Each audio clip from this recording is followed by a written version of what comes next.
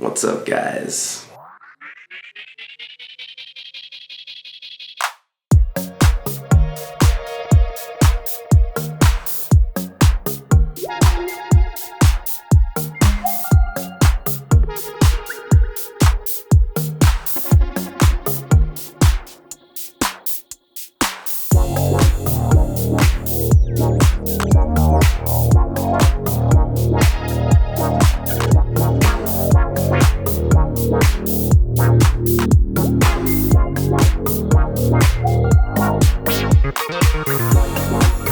As you can see, I am no longer in Rhode Island. I'm at this lovely hotel on my way to Austin, Texas. But I captured some footage of the bird sanctuary before I left, and I feel like I just need to tell the story here because I've never given you guys the full tour. So, without further ado, here is Foster Parrots.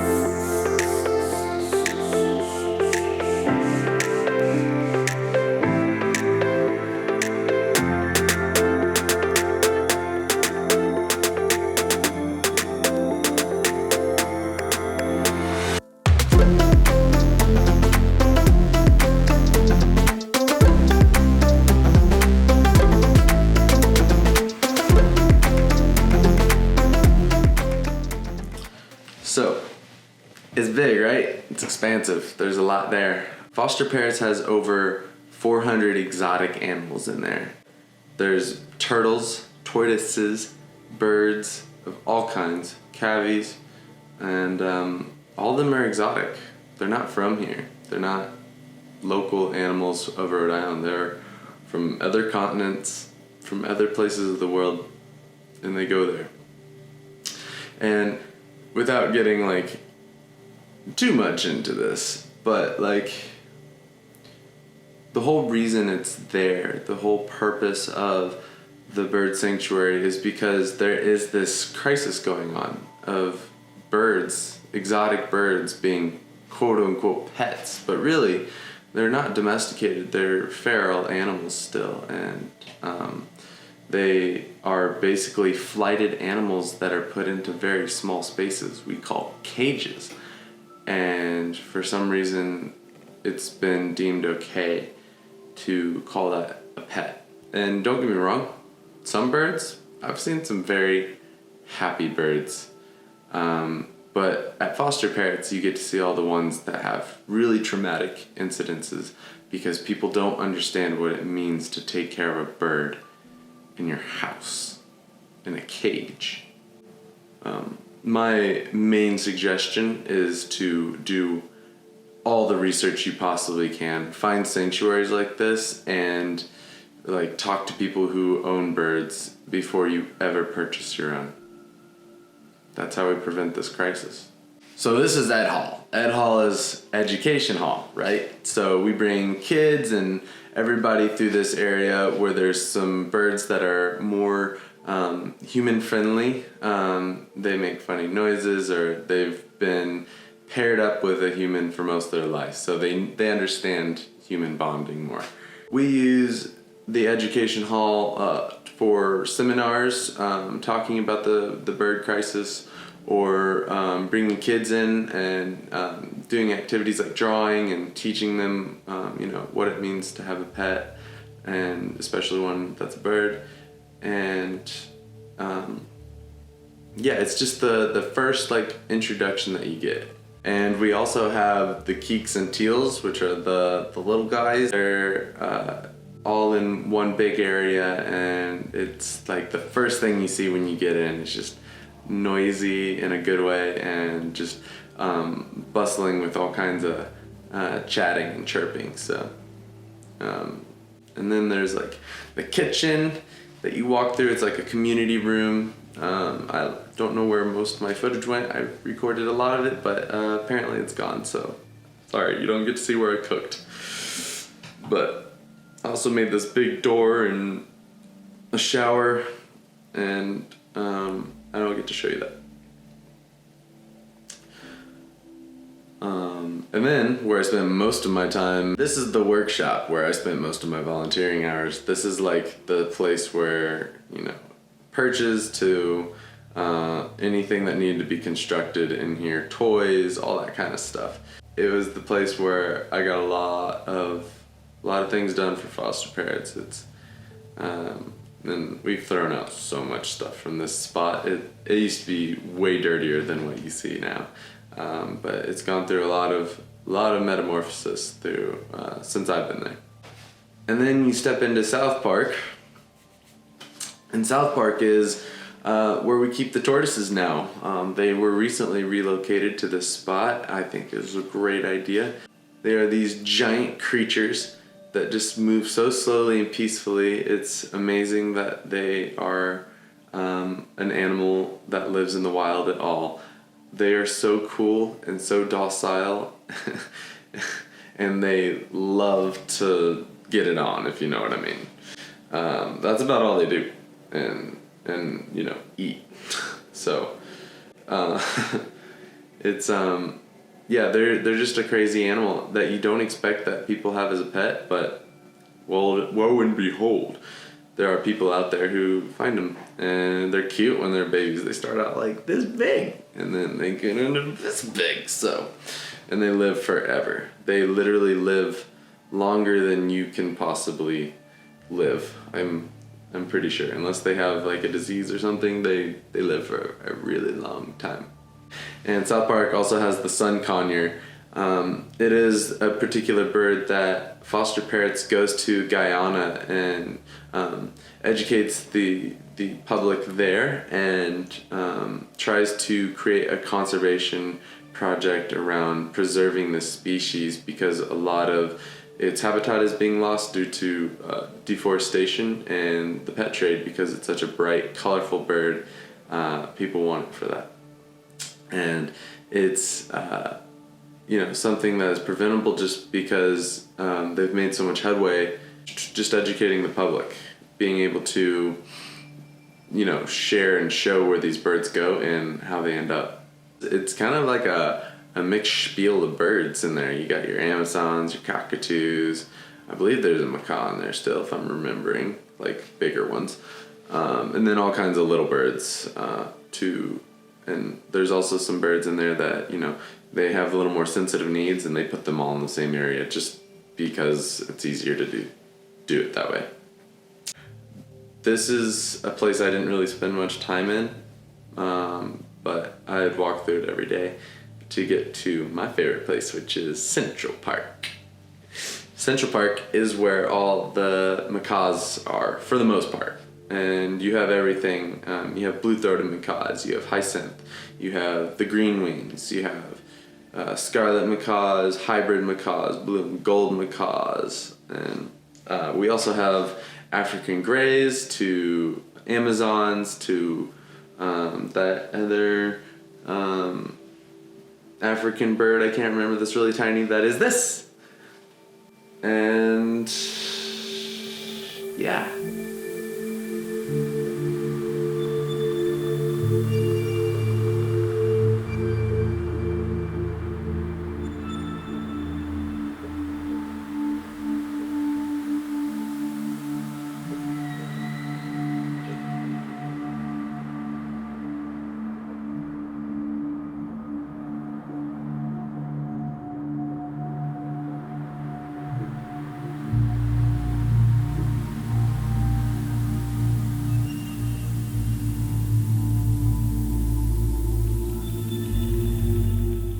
And I think this is the most immersive part of the whole sanctuary, and that's because the macaws are primarily, most of them are on perches. There's not a cage in between. You just get this open perched area, and you really get to see like kind of a different attitude when they're in the open, even though they don't like fly around necessarily, but they act differently when they're not in a cage, and they have all these unique personalities and traits, and some of them have plucked feathers, and some of them are, surprisingly full and their look.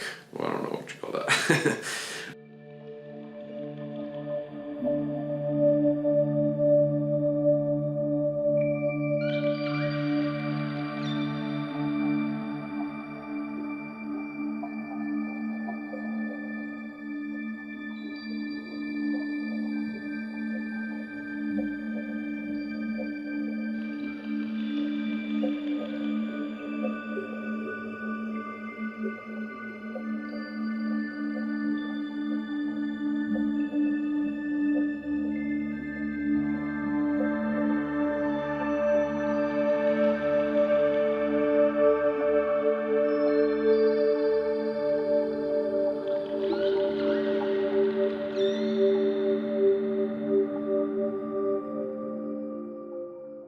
And lovebirds.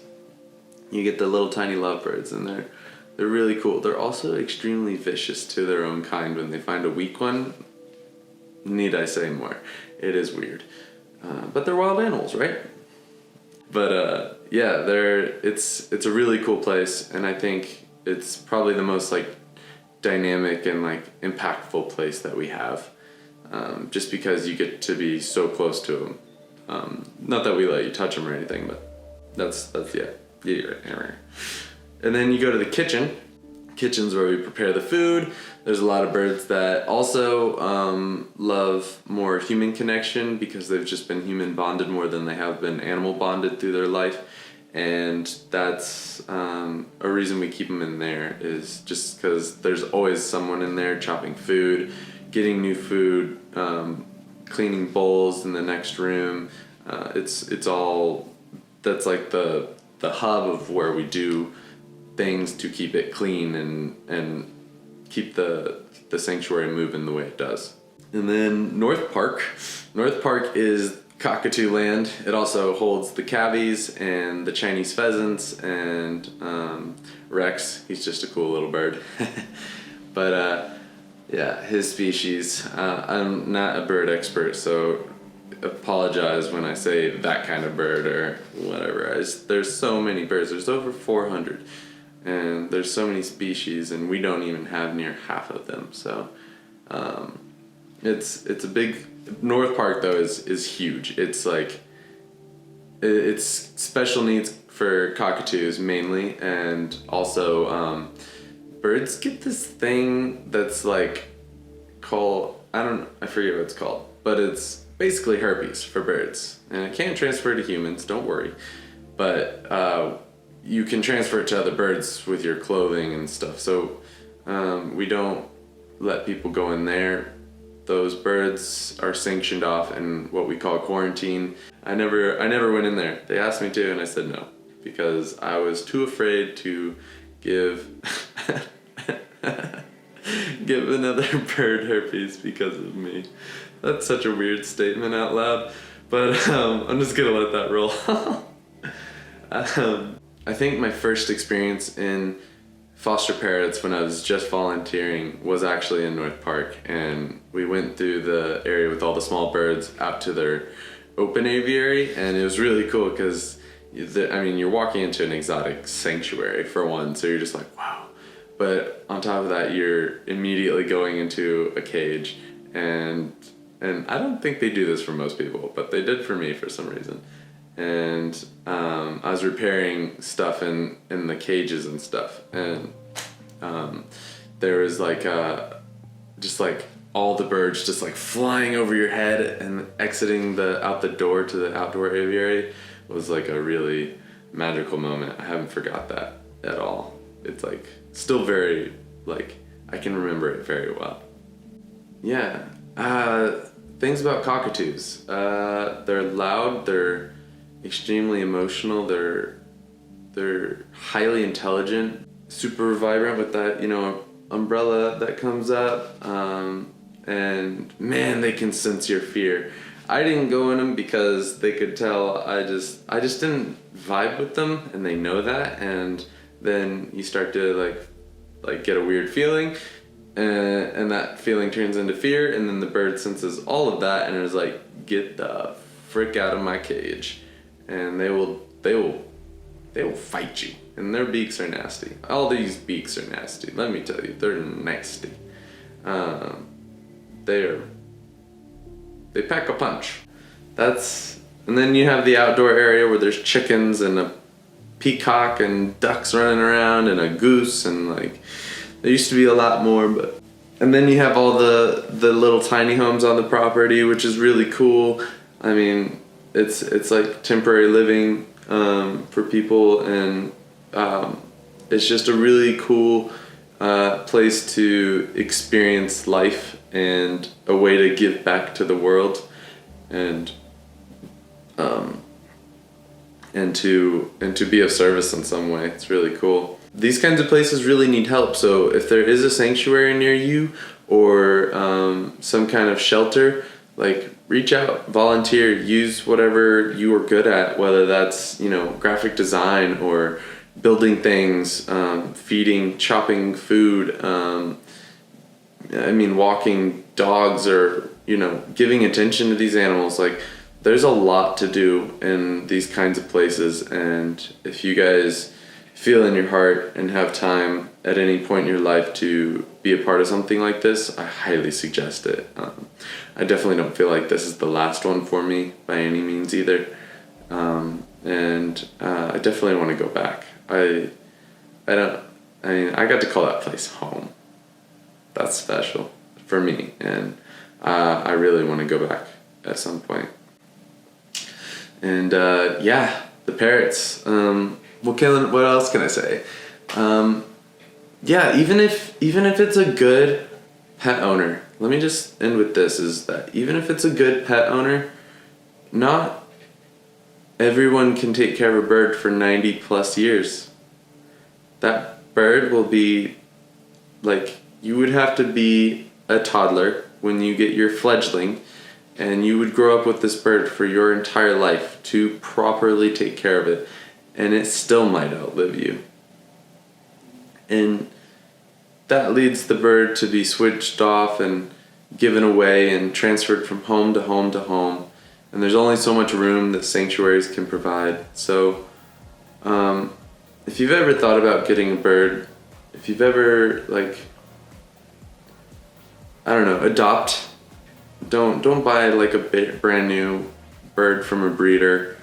There's plenty to take care of. There's plenty out there, and there's tons that still need help and need homes.